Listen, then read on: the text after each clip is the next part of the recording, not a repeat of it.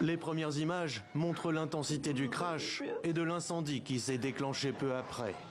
C'est au petit matin que l'hélicoptère du service d'urgence de l'État ukrainien s'est écrasé sur cette école maternelle, tuant ses passagers et plusieurs habitants de la zone, dont plusieurs enfants. Au moins 30 personnes ont aussi été blessées. Nous avons entendu une explosion. Ma fille a couru chercher son enfant qui va à la crèche. Nous l'avons prise avec nous. Les voitures près du bâtiment étaient en feu. Tout était en feu là-bas. Ce que l'on sait à l'heure actuelle, c'est que l'hélicoptère est tombé au sol entre la crèche et un immeuble d'habitation sur la commune de Brovary. À bord de l'hélicoptère se trouvaient 9 personnes, dont le ministre de l'Intérieur. Malgré leurs efforts sur place, les secours n'ont pu que constater les dégâts, éteindre les flammes et transporter les blessés vers les hôpitaux les plus proches.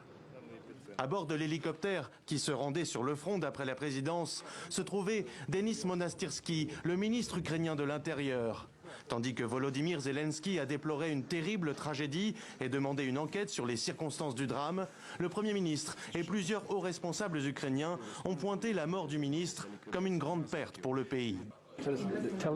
C'est un jeune homme très patriote qui a fait beaucoup de choses pour l'Ukraine, comme la réforme de la police. C'est une grande tragédie pour l'Ukraine, pour sa famille. Alors que l'Union européenne, mais aussi la France ont présenté leurs condoléances, Berlin a annoncé avoir proposé à Kiev le soutien de l'Allemagne dans l'enquête visant à clarifier les causes du crash de l'hélicoptère.